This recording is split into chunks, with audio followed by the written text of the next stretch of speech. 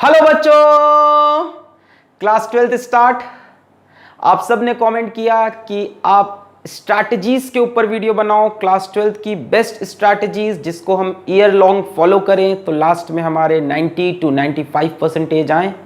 और वो वीडियो लेकर हम आ गए। पहले से एक डिस्क्लेमर दे दें कि इस वीडियो में सिर्फ और सिर्फ क्लास 12th की बोर्ड की बातें होंगी, कंपटीशन की, आईआईटी की, नीट की कोई बात नहीं होगी, तो इस बारे में आप कमेंट नहीं करिएगा। चलिए स्टार्ट करते हैं। सबसे पहला पॉइंट है कि सिलेबस का print out now. Now means अभी अभी अभी। हम सब एक मिस्टेक करते हैं कि सोचते हैं सिलेबस वेबसाइट पे पढ़ा ही है, सिलेबस किताब में लिखा ही है, सिलेबस के अकॉर्डिंग स्कूल का टीचर पढ़ा ही रहा है, सिलेबस के अकॉर्डिंग कोचिंग वाले सर पढ़ा ही रहे हैं। और यहीं पे हम लोग एक बड़ी मिस्टेक कर जाते हैं, क्योंकि आज के वीडियो की मेरी एक लाइन है, डोंट डिपेंड ऑन एनीवन। हम लोग भी यही सब मिस्टेक करते थे। होता क्या था कि जो टीचर पढ़ा रहा है वही पढ़ रहे हैं, या हमको लग रहा है कि हमारा ये टॉपिक पूरा कंप्लीट हो गया, इसके ऊपर हमने 200 सवाल भी लगा डाले, बड़े खुश बैठे थे। प्री बोर्ड आया, पता चला ये 4 टॉपिक पढ़ा ही नहीं, इस ही चैप्टर का ये 4 टॉपिक पढ़ा ही नहीं, और दोस्त ने उठा के सिलेबस दिखाया, देखो सिलेबस में था। गलती क्या करते हैं कि शुरू से सिलेबस साथ में नहीं रखते हैं। सिलेबस का प्रिंट आउट हाथ में रखिए, जब भी एक चैप्टर कंप्लीट करिए तो सिलेबस के अंदर अंडरलाइन करिए, ये हो गया, ये हो गया, ये हो गया, अरे ये पॉइंट छूट गया, ये मेरे टीचर ने पढ़ाया नहीं। होता है कई बार होता है, कोचिंग का टीचर कोई चीज स्किप कर दिया, स्कूल का टीचर स्किप कर दिया, कई टीचर, कोई भी कर सकता है। Don't depend on anyone. Syllabus हाथ में रखो, ऐसे अंडरलाइन करते हुए चलो, हाँ ये हो गया, हाँ ये हो गया, हाँ ये हो गया, हाँ ये हो गया। हम अपने एक्सपीरियंस से बता रहे हैं कि बोर्ड का जो पेपर होता है वो सिलेबस से पॉइंट टू पॉइंट उठा के बनाया जाता है। सिलेबस से पॉइंट टू पॉइंट, सिलेबस से लिखी हुई लाइन जो हेडिंग होती है ना, वो उठा के क्वेश्चंस में आती है। कई बार हम लोग हेडिंग भी छोड़ देते हैं कि ये चीज़ पढ़ी नहीं। तो सिलेबस का प्रिंट आउट रखो, अंडरलाइन करते हुए चलो, बहुत मजा आएगा, बहुत मजा आएगा, फील आएगा कि हाँ ये चैप्टर कंप्लीट हो गया, पूरा अंडरलाइन हो गया। अच्छा, एक और तरीका इस चीज को करने का वो है कि एनसीईआरटी की टेक्स्ट बुक फॉलो करो, है ना। ठीक है, रेफरेंस बुक आपको फॉलो करनी कंपटीशन के लिए, आपकी मर्जी, वीडियो में बता रहा हूं अभी बोर्ड के लिए। तो एनसीईआरटी की टेक्स्ट बुक शुरुआत से फॉलो करो, एकदम टॉपिक वाइज। इसमें क्या है कि सिलेबस अपने आप पूरा कवर हो जाएगा, कोई पॉइंट छूटेगा नहीं। कई बच्चे यहाँ सीबीएसई बोर्ड के नहीं है, तो आपके बोर्ड की जो भी मेन स्ट्रीम किताब है उसको यूज करो, साथ में सिलेबस अंडरलाइन करो, वो सबसे बेस्ट है।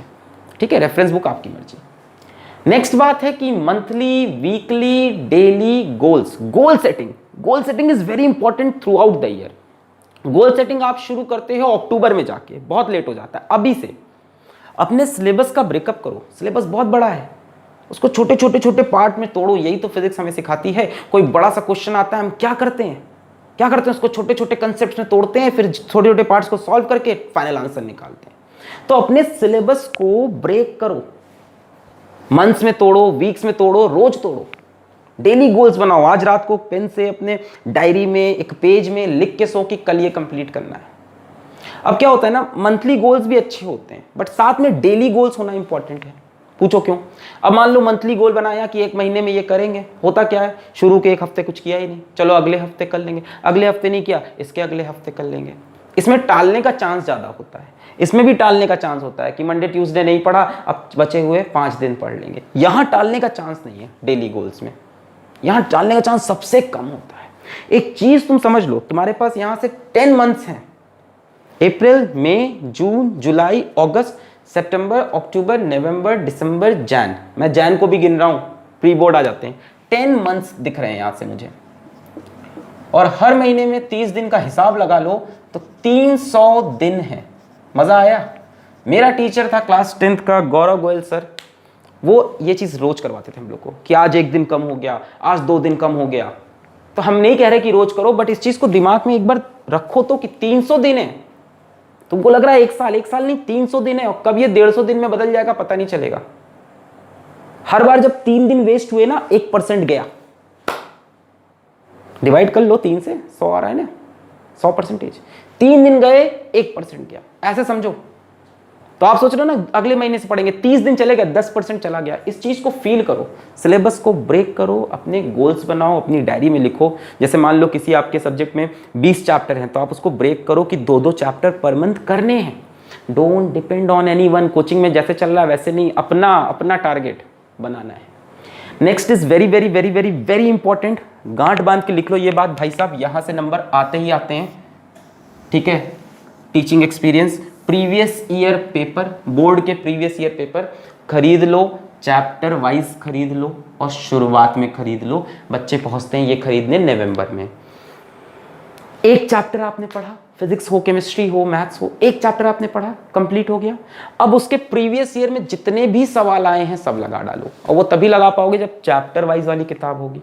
वैसी किताब ना हो जिसमें 96 का पेपर दिया है, 2006 का पेपर दिया है, 2015 का पेपर दिया, अब उसमें ढूंढ रहे हैं बैठ के कि ये किस चैप्टर से आया। नहीं, चैप्टर वाइज किताब खरीद लीजिए जिसमें एक एक चैप्टर से कितने सवाल आए हैं आपको मिल जाए। अब उसी चैप्टर के, जैसे मान लो आपने इलेक्ट्रिक चार्जेस एंड फील्ड के आपने 100-150 सवाल लगा लिए और आपने बोर्ड के प्रीवियस ईयर के सवाल नहीं लगाए, क्या फायदा। कब लगा रहे हैं? बैठ के दिसंबर में लगा रहे हैं। देखो बोर्ड में एक चीज बड़ी कॉमन है कि प्रीवियस ईयर के क्वेश्चन का रिपीट होना या उसके सिमिलर क्वेश्चन का रिपीट होना। लिमिटेड क्वेश्चन है बोर्ड वालों के पास, लिमिटेड क्वेश्चन। तुम पिछले 20 साल का पेपर उठा लो, अपने आप तुम्हारे 70 में से 50 नंबर कंफर्म। तो बहुत इंपॉर्टेंट है कि प्रीवियस ईयर क्वेश्चन सॉल्व करो। लैंग्वेज चेंज करके आ जाता है, this is the one of the most important thing. और ये बच्चे बहुत लास्ट में करते हैं और टीचर्स भी नहीं फॉलो कराते, बहुत लास्ट में करते हैं। So this you have to do from the beginning if you are preparing for your board examination. तो शुरू से ये चीज करते हुए चलो। चैप्टर खत्म हुआ, साथ में सवाल लगा लो, तुम्हें कॉन्फिडेंस आएगा कि हाँ इसके मैंने प्रीवियस ईयर सवाल लगा रखे हैं। इवन तो फर्स्ट टर्म में भी क्वेश्चन यहाँ से मिलेंगे, first term, second term, mid terms. Next is your own proper notes. Proper का मतलब ये नहीं कि सुंदर लिखे हुए, प्रॉपर का मतलब सीक्वेंस में हो। प्रॉपर का मतलब क्लासेस ना छोड़ छोड़ गायब ना हो उसमें से। होता क्या है कि हम लोग किस पे लिखते हैं, इधर से पेपर निकाला इसमें लिख लिया, है ना, इधर से कॉपी मांग लिया, बंटी तुम कॉपी दे दो, बंटी कॉपी पे लिख रहे हैं बैठ के, बस टीचर को दिखाने के लिए कि हमारे पास कॉपी है। किसी को बेवकूफ मत बनाओ, टीचर को बेवकूफ बनाने के लिए लिख रहे हो। अपना सोचो, जब एंड आएगा तो इधर उधर भागोगे, भाई नोट्स दे दो, भाई नोट्स दे दो। चलो तुम्हें मिल भी गए नोट्स, बट दूसरे के नोट से कभी वो फील नहीं आता जो अपने नोट से आता है। अपने नोट से ना चीजें एकदम बढ़िया से दिल में जाती है। रिवीजन बहुत प्यारा होता है अपने नोट्स का, खुद लिखा होता है ना इंसान, सीक्वेंस भी पता होता है। तो नोट्स छूट रहे हैं तो उनको प्रॉपर करो, किसी दिन का छूट गया तो उसको कंप्लीट करो। ये चीज बहुत इंपॉर्टेंट है, गेट योर प्रॉपर नोट्स। भाई तैयारी के लिए बहुत जरूरी होता है अपने खुद के नोट्स बनाना। यही सब तो हैबिट्स है। आप बोलोगे हमसे नहीं हो पाता तो छोड़ दो। आज मैं बार बार ये बात बोलूंगा, थोड़ी कड़वी लगेगी, लास्ट में इस बारे में बात करने वाले हैं।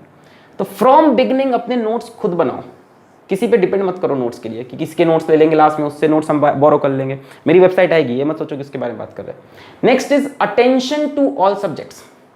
This is the biggest mistake I have seen all my students doing, और भी अच्छे स्टूडेंट्स। अब क्या करते हो आप, साल भर पीसीएम पे ही ध्यान दे रहे हो, पीसीबी पे ही ध्यान दे रहे हो। मैं फिर से बोल रहा हूँ, ये वीडियो उनके लिए है जिनको बोर्ड में नंबर चाहिए। ओके, तो आप साल भर फिजिक्स पढ़ रहे हो, केमिस्ट्री पढ़ रहे हो, मैथ्स पढ़ रहे हो, बायो पढ़ रहे हो, कंप्यूटर एप्लीकेशन नहीं देख रहे, हिंदी नहीं देख रहे, फिजिकल एजुकेशन नहीं देख रहे, इंग्लिश नहीं देख रहे, जो भी आपके सब्जेक्ट्स हैं उन पे भी ध्यान दो। होता क्या है कि कुछ सब्जेक्ट्स बहुत स्कोरिंग होते हैं। For example computer application is very scoring, physical education is very scoring, पर आप उसको पढ़ना स्टार्ट करते हो एकदम एंड में जाके जब एग्जाम आता है, या सिर्फ मिड टर्म के पहले पढ़ लिया फिर बोर्ड के पहले पढ़ लिया। नंबर आएंगे उसमें अच्छे, नो डाउट। कितने आएंगे? 86, 88, 90।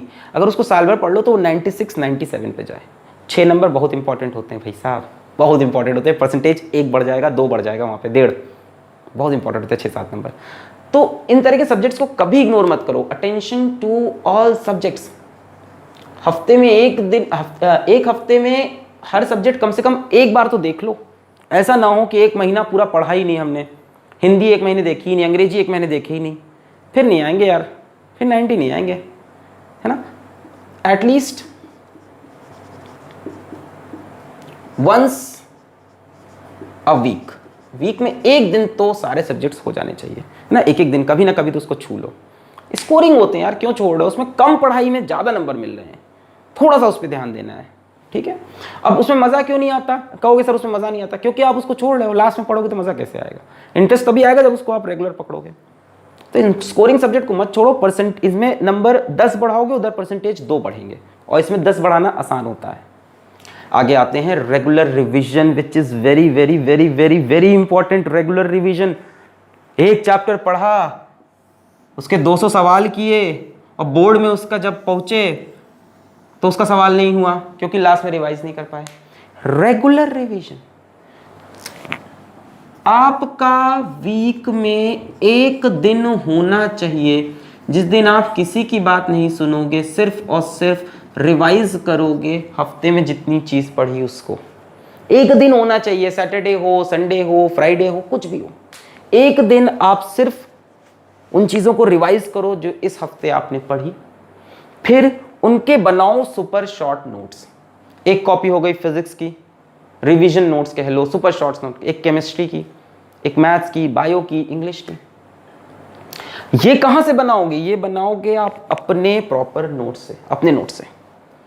इसमें आप क्या इंक्लूड करोगे? इसमें आप जैसे नोट्स अपने बनाए, मान लो एक चैप्टर का नोट्स 30 पन्ने का है, तो बार बार 30 पन्ना रिवाइज नहीं कर सकते ना। तो क्या किया, उस 30 पन्ने को हमने समराइज किया 5 पन्ने के अंदर, यहां डाला, मजा आ गया। रिवीजन नोट्स, नाम दे दो इसका महाभौकाल नोट्स, कुछ भी नाम लिख दो जो तुम्हारा मन करे, जिसको देख के एनर्जी आए। अब इसको रिवाइज करना और आसान हो गया। नेक्स्ट टाइम रिवाइज पे खटखट देखा और इसको खुद से बनाया तो मजा आएगा। ये सब चीजें कहीं ढूंढो मत इंटरनेट पे, ये खुद से करो। हाथ चलाना पड़ेगा भाई साहब, खुद से करना पड़ेगा, बहुत इंपॉर्टेंट है। इसमें प्रीवियस ईयर के क्वेश्चंस डाल दो, प्रीवियस ईयर में देख रहे हो एक ही चीज बार बार आ रही है, उठा के वो पॉइंट लिख लो कि ये तो बार बार आ रहा है। ये आपका लास्ट एकदम फाइनल टच होना चाहिए। ये अभी से प्रिपेयर करो। ये प्रिपेयर आप अक्टूबर में करते हो, ये आपका तैयार रहे सारा आपका जो ना, जितना भी एम्यूनेशन है, स्टेन गन, जितना भी आपका बम वम है, सब लेके चलो, गोला बारूद, लास्ट में जाके बस मारना है, दुड़ी उड़ा देना है लास्ट में। तो अभी से तैयारी करनी पड़ेगी। तो वीक में एक दिन पक्का, जितना वीक में पढ़ा है उतना रिवाइज करो अच्छे से। इसको मत स्किप करना, मैं बता रहा हूँ। इसको आप स्किप कर दोगे, होगा ये कि आपने शुरू में चैप्टर्स बहुत अच्छे से पढ़े थे और लास्ट में उनको आप रिवाइज ही नहीं कर पाए। धीमे धीमे धीमे सब दिमाग से निकल जाएगा बच्चों, एक्सपीरियंस से बता रहे हैं, सब निकल जाएगा। Last thing is distraction, but before coming to this let us discuss कि मैंने आज आपसे क्या बोला, इसके बारे में बात करते हैं। मैंने आपसे बोला कि आपके पास सिलेबस का प्रिंट आउट होना चाहिए, आपको आज घर से निकलना पड़ेगा, प्रिंट आउट लेने जाना पड़ेगा। घर में प्रिंटर है तो घर में प्रिंट करेंगे, कल सुबह लेंगे, परसों लेंगे, करना पड़ेगा आपको। एनसीईआरटी की टेक्स्ट बुक आपके पास होगी ही होगी। आपको डेली गोल सेट करना होगा, रोज आपको रात में लिखना होगा ये मेरा गोल है, अगले दिन उसे कंप्लीट करना होगा। ना कंप्लीट होने पे आपको रोना होगा, आपको दुख होना होगा, उसे गिव अप नहीं करना। अभी समझाते हैं।